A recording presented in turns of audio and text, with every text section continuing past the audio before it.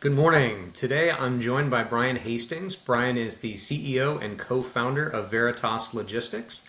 Brian is a logistics professional, an entrepreneur, and a remarkable servant leader. Brian, thank you so much for being here and for joining us today. Yeah, Rourke, thank you very much for having me on the show, man. Excited for the conversation. Yeah. Well, to kick things off, could you tell me just a little bit about your background and maybe that initial vision or aha moment that led you and the co-founder to establish Veritas Logistics? Yeah, so long story short, I've been in the logistics supply chain space for since 2009. I was at a larger brokerage company for roughly 10 years. It was just under that. But I started in the entry level role, moved my way up, kind of in the ranks. Got to like that mid-level manager position, and I got to that position and I felt like I was probably going to be there for 4 or 5 years, and that was not a time that I was wanting to wait in that role. I felt like I'd already done a couple things and it performed at a certain level. So that's when the wheels started turning on, okay, how can we do this and how can we do it just a little bit different. The company that I worked for, TQL, based here in Cincinnati, great company. There's a extremely profitable, extremely well-run company, and it's something that I look back at and I see that even the people that I met and the time that I was there, extremely valuable. They do things, they do a lot of the things the right way, and I think it's. Let me backtrack real quick. Hold on. Sure. I'll edit that last piece out, and I'll say. Yeah, so they do a lot of things the right way, and I think for us, we just wanted to do it a little bit differently. So, we got into that role, or I got into that role, the mid-level manager role, 2017, 2018, and I was only in it for a couple months before I had to, call it quits and sit out my non-compete. And then we started this company in June of 2020. Okay. And it was, it was right in the height of COVID, right? So COVID technically started in March of 2020. We had numerous people that, said, "Hey, are you sure that you want to do this? Are you sure that, you want to start at this time?" And for us, I had already sat out that non-compete, and I was not waiting another day. So I was not, Yeah. the non-compete time frame was definitely grueling mentally. And I did not want to wait another day, so jump right in and try to do everything we could to start the business. So yeah, it's here we are today. We're 5 years into the company. We just had our 5th anniversary last month in June, and we're a smaller logistics brokerage here based out of Cincinnati. We have roughly 22 people on board with us, and continue to grow and trying to service our customers the best way possible. All right. Great. And taking a logistics venture from that concept to a reality is a pretty significant undertaking. Never mind COVID and the economy being shut down and Yeah. restrictions on your team's ability to work. Could you walk us through maybe that first client, the key value proposition that convinced them to trust you as a new and emergent player? Yeah, I think the biggest thing was just leveraging the experience. Rarely do you have somebody in our space that has, 8, 10 years of experience Right. to manage their freight for them, or handle their freight on a daily basis. So they didn't have to teach me or coach me on what to do and how to do it. I knew the language, I knew what to do, and I knew how to execute. So I think that key value proposition, especially with people within our organization today, it is that experience.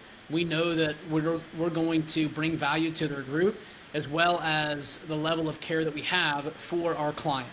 That's at the end of the day, if we don't have clients, we don't have a business. So very valuable for us is that partnership. And that's what we strive for. We strive for that long-term partnership with each and every one of our clients. And the name Veritas implies your truth and integrity. It's on your website, it's on your LinkedIn. So how did that foundational value influence your approach to building your company, especially in a market that's complex? Yeah, so I think, in our industry, there's a lot of gray area, especially with, shippers, drivers, carriers, on-time deliveries, on-time pickups, that sort of thing. And for us, we feel, and we're passionate, if you don't have trust or you can't tell the truth, you don't have anything. You don't have a foundation. You have nothing to build on. So that's one thing that, we take very seriously, and we want to make sure that, we are telling the truth, especially in tough situations, because, that's where, we make our money. is delivering bad news and handling those situations and, trying to come out on the other end, even though it's very, it can be challenging, right? Like delivering bad news to a client that pays your bills, like, God, that's hard. Yes. But, we're, hopefully we're teaching and coaching and training the people within the organization to do that. And at the end of the day, we care. We care about our clients' freight, and we want to make sure that, we're prioritizing them, every step of the way. Great. And last question here before I start pivoting towards the topic for today's podcast about digital transformation. I would like to go back to when you first started out. What were maybe some of the technological challenges you faced then, and how did you overcome them to set that groundwork for Veritas Logistics moving forward? Yeah, I mean, early on, we were operating off spreadsheets and old school operating systems, right? So we had a TMS that was, I'm not going to name names, but it was very archaic, and the aesthetics of it were not very good. The functionality of it was not very good.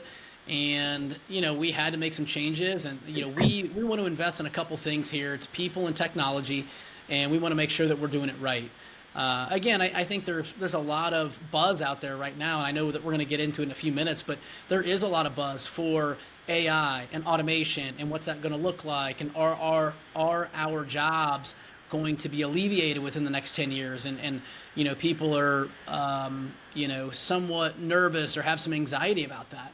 I've talked to a couple different brokerage owners lately, and they're asking questions. Hey, what do you guys think? What's going on? Like all this AI buzz. What's the deal here? And I have some thoughts and opinions, and I think that the more we get into it today, the more we can uncover some of those. Sounds great. Well, that's almost the exact question on the script next, right? It seems like AI is the hot topic buzzword that people are throwing on things, even if it doesn't necessarily apply, or even if it's not the right context. So, topic for today's podcast is how CEOs, CMOs, business leaders can address digital transformation, especially in the logistics space. So I would love to hear from your perspective as a CEO of a logistics company. How are you transforming your business operations? And fundamentally, how has that reshaped your client services? Yeah, so I do think AI is coming, right? So anybody that says, we're just going to focus on we're going to do what we've always done and it's going to be fine. Like, gosh, I'm not sure I believe in that, right? I do think it's coming. It's coming very quickly, especially over the past couple of years. Now, do I think it's going to be the be-all, end-all? I don't. I think, it's going to be a very good supplement to what we have today. And is it going to alleviate some low-level tasks and low-level positions that, can be automated? It might. It might do that, unfortunately. But at the same time, as a CEO and a co-founder of the business, we have to set our sights on, okay, how do we implement this type of technology into our organization today, and how do we put people behind it to monitor, manage it? Because I do think that if you don't have somebody behind it, I think it's great to have a great AI product or a great automation tool, but if you don't have somebody behind it to manage it properly, you're not going to get implementation within your business. It's not going to help change your business. You're not going to get any adoption within your employees, right? So if you have a manager that doesn't really believe in it, then it's going to fall on deaf ears, and you're going to spend a lot of money on this tech, and you don't really use it, and you're not getting anything from it. So I think that you have to have a good operator that actually believes in it and can tell a good story and how it can make people's lives easier, especially in their day-to-day work. Great. Well, there's a lot of companies that aren't using, and you even mentioned it, right? Like, we'll just kind of wait this out and we'll see what emerges. So I would say if a new company startup is saying, look, I would love to implement AI or a new digital technology. Brian, from your experience, what do you think would be the first thing I should go after? What are some of those low-hanging fruits that if a company is not using them now, they absolutely should be looking at it? Yeah, I think a couple of things. I think document retrieval. There's a couple companies that we work with today that automate different invoicing processes, different document retrieval, things like that are sending an email to a potential or a carrier, understanding we need certain documents or we need a signed POD after delivery. Sometimes drivers, they might lose it or they might not send it in for a couple days. Well, we need that information to send it off to our clients. Right. So instead of having a person do that, we can set up a bot or set up an AI tool to continue to try to get, some of those documents so that we can, continue on with the workflow. I also think, as far as like an AI tool, there's a couple companies out there on the sales front where they can automate some of the follow-up, or they can automate some of the cadence with these clients or these customers to say, hey, you've reached out to X customer or X prospect on this day. It's been about 10 days during, per that conversation that we recorded and we uploaded. You should reach out to them now, right? And I think that's where a lot of salespeople fall short, is the follow-up, where you have the initial call, you have a great conversation, and then it falls on deaf ears, or the prospect ghosts you and says, well, we're not really in need of the service 2 months later. So I do think there's a couple different areas that, it can automate. The first one is more of that document retrieval, understanding, the processes and tasks that go along with it. And I think you've touched on it a couple of times now, is just the ability to have a company culture that supports that adoption and the innovation, because without that organizational support, no matter how great the tool, it's not going to work. So curious, what is Veritas doing now where you're shaping that company culture to embrace technological adoption or a culture of innovation to make sure that you are successful as you continue to evolve your business? Yeah, no, great question. I think, for us, we use a quote automation tool today. We've been using it for about a year now. And what it is essentially is, we get all these quotes throughout a day. Sometimes it's hundreds a day. Sometimes it's thousands a week, where, does it really make sense for an individual to go in and crunch the numbers, get a quote, and send it back, right? Mm-hmm. Like, what value is that bringing to that person, especially if that person's in a sales role that can go out there and develop relationships and has experience in our industry? Where if we can automate that quote tool, where we can get the quote, we can mark it up 8-10%, and then move along with our day and win a handful of loads or win a handful of shipments out there that we wouldn't have won before. Well, now we've just freed up our salesperson's time where they can go and they develop a relationship. Something I believe that like a bot or an AI tool can't do. An AI tool at this point, and maybe it can in the future, right? Maybe I should, I'm selling the AI tool short. But I think at that point, it is something that is, I want our salespeople on the phone developing these relationships and continuing to gain business, from them. Okay, great. Two more questions here. So, looking at where you were with the spreadsheets and the systems 5 years ago compared to what tools you have available now, what would you say you wish you had the most if you were to look back at when the company started and said, man, if we had this tool or this feature, it would have been game-changing for us back then? Yeah, I think, a lot of it, it's kind of a natural progression, right? And some of it is we had to do it based on the fact that